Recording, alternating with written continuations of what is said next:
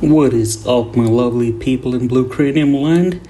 So in today's video, guys, I'm going to be showing y'all how to draw a skull without a reference image in front of you.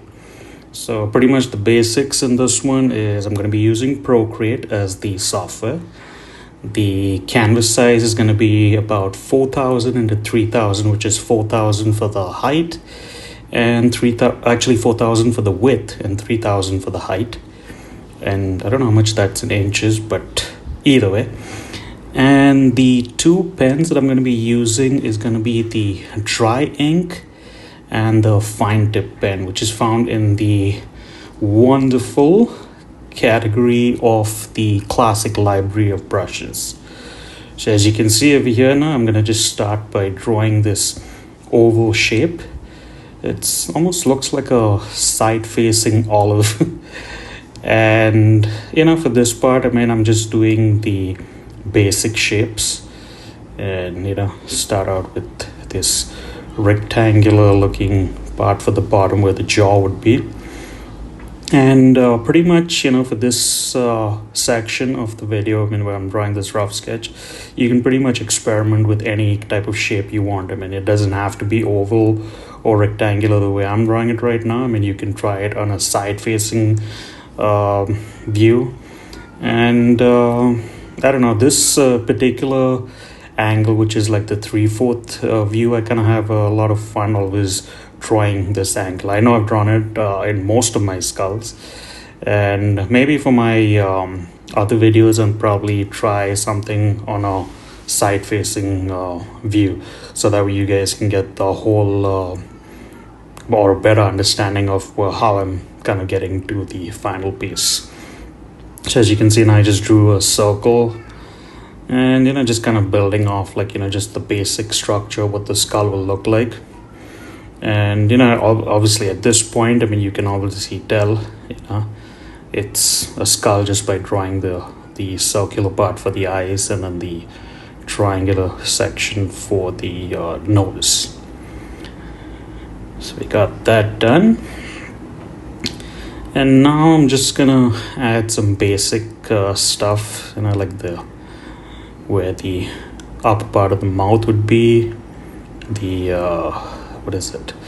the cheek area or the cheekbone. Start with these lines now. That'll make the jaw part.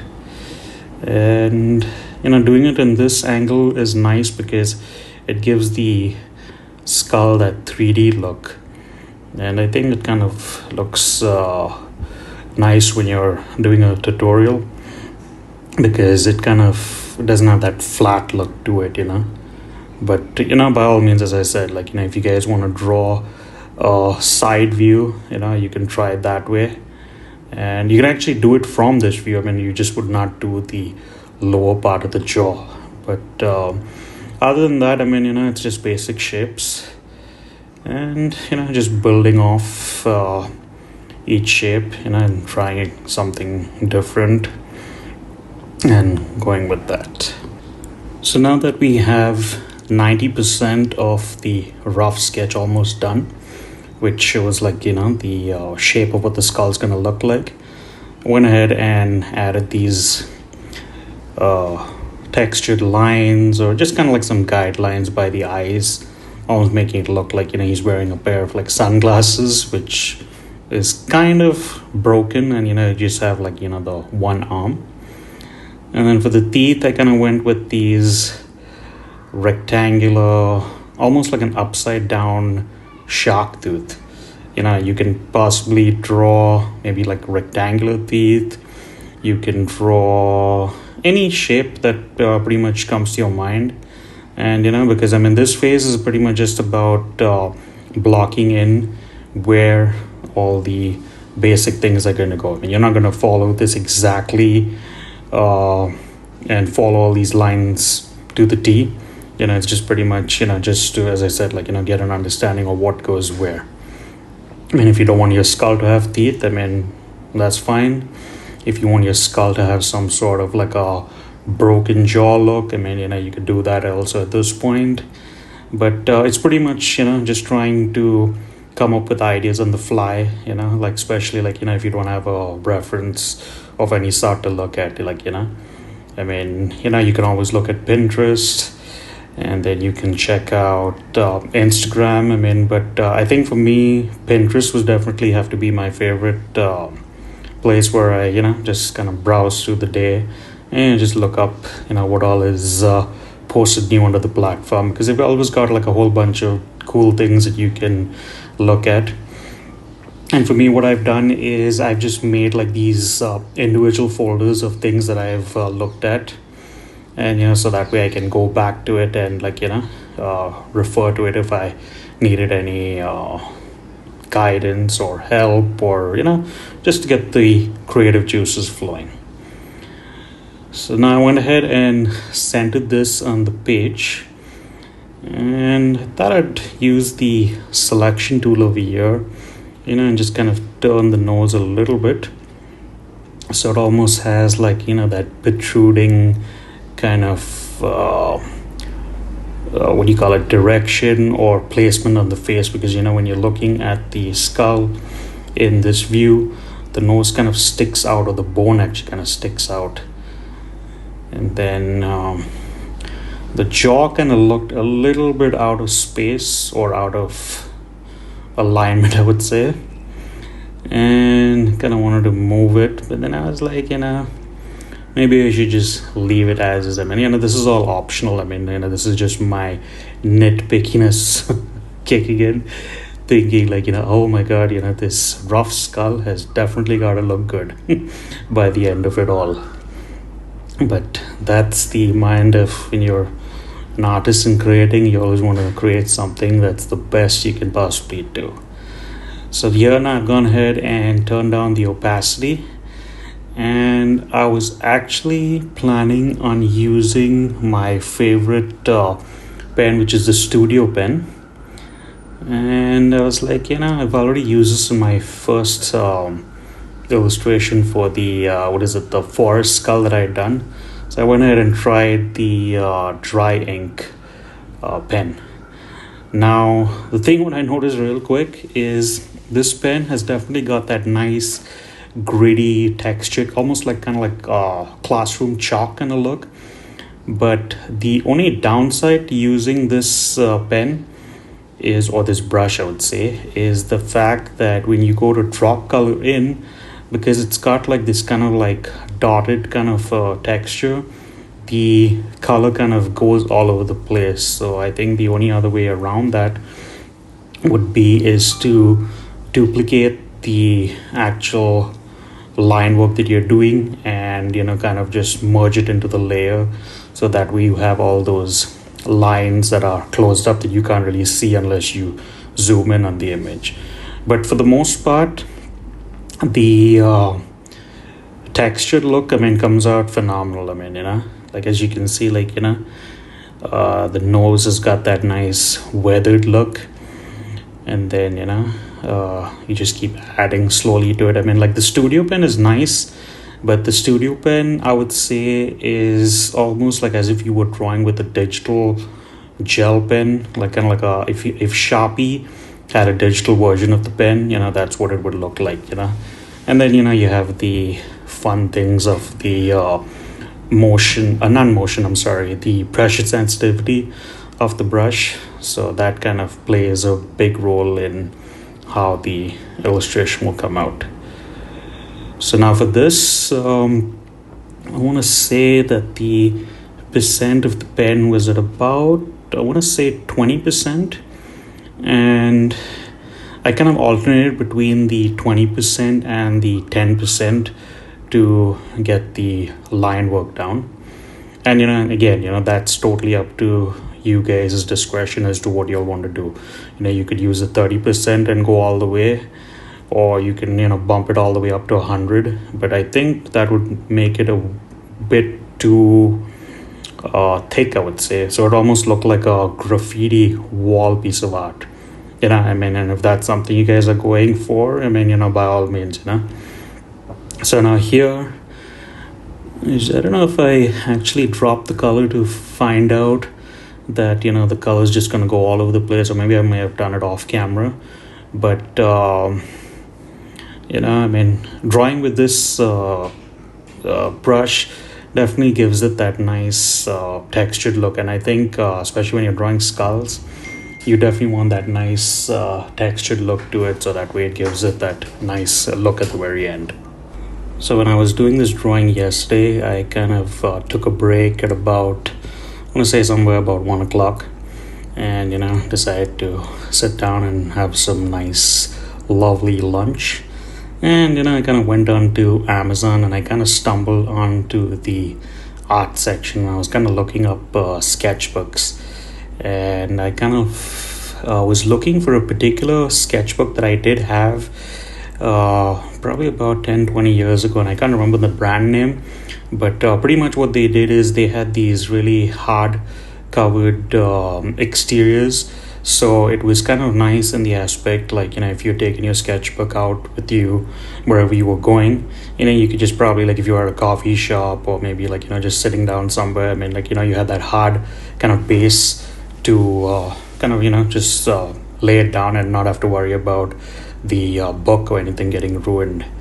So it kind of took me back to that time, when I was in industrial design, which is what I'd gone to college for.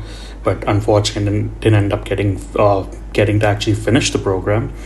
We used to do a lot of thumbnail drawings, and I was like, I need to start to get back into the whole rhythm of doing that. So what I did was I was looking on Amazon, like I said, and I found this really cool deal where you got this. I think they were having some sort of a sale where the book was usually priced at one amount, and then they were having some sort of clear out sale. So I went ahead and picked up a book, and I'm actually kind of waiting on my big not drawing pens. I call them drawing pens because that's another thing that has a good deal, where you can buy a whole box, and you can really get a whole lot of drawing done, because I think they come like, some are 10 in a pack, and then some of them are 12 in a pack. But the particular one that I was looking for is the fine tip that Bic has got, So it's almost like if you were using a micron marker with, I want to say, like a 0.05 kind of tip, but just in a big setting. So it took me a while to actually find them. But when I did actually find them, I was like, okay, it's nice that I did find it. But now the only downside is it won't come until the 22nd of next month, which is April. And that's kind of a bummer. So I guess I'm going to have to make do with what I have till the drawing book actually gets here. So my point, I know I'm kind of going on a tangent over here, is with the drawing book, I kind of want to have a particular playlist where I'm just going to pick different topics to draw on, and kind of narrate to you guys like what I'm doing over here, or do like a voiceover as to what was my thought process when I was going to do these drawing, or like show you all how I used to do thumbnailing when I was back in my industrial design class days. And it's amazing, after you have not been in the the routine, I guess, of doing art or creating art for a long time, you tend to forget the things that you used to do. So I think it's kind of a good thing I'm kind of excited to actually get the book, because as I said, like sometimes when I'm drawing, I'll open up YouTube and just look at some of the creators that I follow. And one of my favorite guys, his channel name is Draw Sessions. And this guy, I think I've told it to you guys in other previous videos, he is a character design artist. So he's got some really amazing things on his channel. Like, he does tutorial videos on a whole bunch of things, on how to do these cool monster designs or characters, I guess. And it's kind of like on the realm of the Silent Hill creatures. And also, like, if you'll have ever seen the movie The Thing, that's where all his art kind of lives at, and it's beautiful to see the level of detail that he achieves in these videos, you know. Like, I mean, yes, he'll do like some thumbnail videos, and then he'll kind of like, you know, take that picture and kind of refine it, and like, you know, slowly work his process through the entire art. But it's very soothing when you are drawing and to listen to another artist's process, and like, you know, and just how he explains things kind of is very how do I want to say this, informative. And there's a lot going on, you know. So it's like, you know, if you have a drawing book, I mean, you know, you can just follow along and, you know, just have fun with the whole process of creating something, you know. So that's what I was doing yesterday. And anyway, coming back to what I was doing on this one now. So as you can see over here now, I have started with the wonderful teeth of the lower jaw. And as I said, like, you know, you can pretty much use any kind of shape that you want when you're actually creating the piece that you're doing, you know. I mean, it doesn't have to be a particular shape. I mean, you know, you could try something totally different. I mean, you know, the skull could be circular, it could be rectangular, but you know, just the whole process of like, you know, starting it from scratch and then slowly and steadily, but you know, kind of refining it as you go. I think that's the really cool part about doing these illustrations. So it's like not only am I doing it for you guys, but it's also like I'm kind of like teaching myself on how to improve on certain things that I didn't know how to do, you know. Like, and his videos have been really informative for me as well, because like, you know, on days that I'm not recording, like, you know, I'll just pick a video of his, and he's got like over, I think it's close to like 700 videos, but it's just each video is just packed with some unique information, you know, that is really useful. And you know, it's always, I feel it's kind of my duty to, you know, share information with my followers on other artists, you know, that I find really informative and helpful.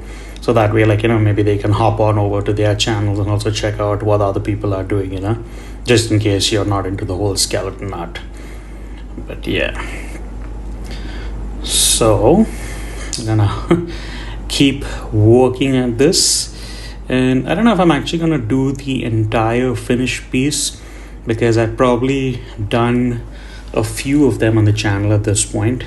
So I figured, like, you know, I'll let you guys' imagination take effect and, you know, just draw something that is unique and fuse your imagination into the piece, you know, and see what turns out. And maybe, you know, if you end up posting it, if you have an Instagram account, you know, tag me in it at BluCranium, and then I can all see it together and other people out there.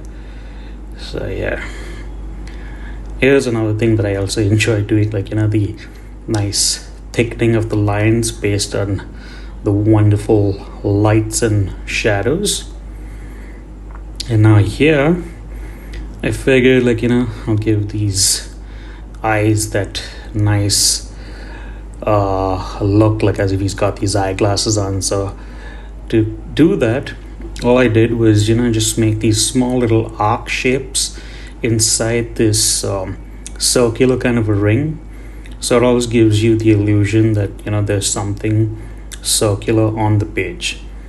And I guess that's something maybe I might make as a separate video by itself, you know, just taking something flat and just by adding lines in a specific way, you can actually give it the illusion that it's got this 3D kind of look. It's kind of really cool, you know, when you go through Procreate and you see the amount of brushes that the program has. I mean, and also, like, you know, you can get free brushes or you can buy brushes from other artists. I mean, you know, the possibilities are just endless.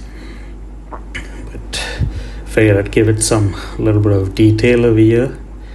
This pen, by the way, the dry ink, has got this really nice kind of like a chalky kind of a look to it, and I'm kind of really amazed at how the designers or the people that were working on the app actually kind of created this digital version of kind of like a chalk pen or a pencil or brush.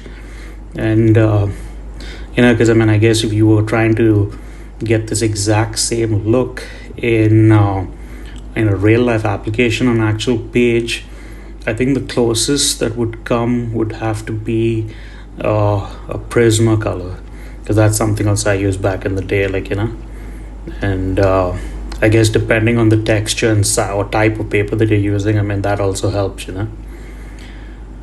When I did some of that shading on that little nosy nose of his. And then continue on with these little rings on the actual eye. But anyway, guys, I guess let's go ahead and wrap this video up, and I'll say thanks for everybody that followed along, and for any new people that may have joined on. I guess I'll go ahead and see you guys in the next video. Till the next time, take care of yourselves. Bye for now.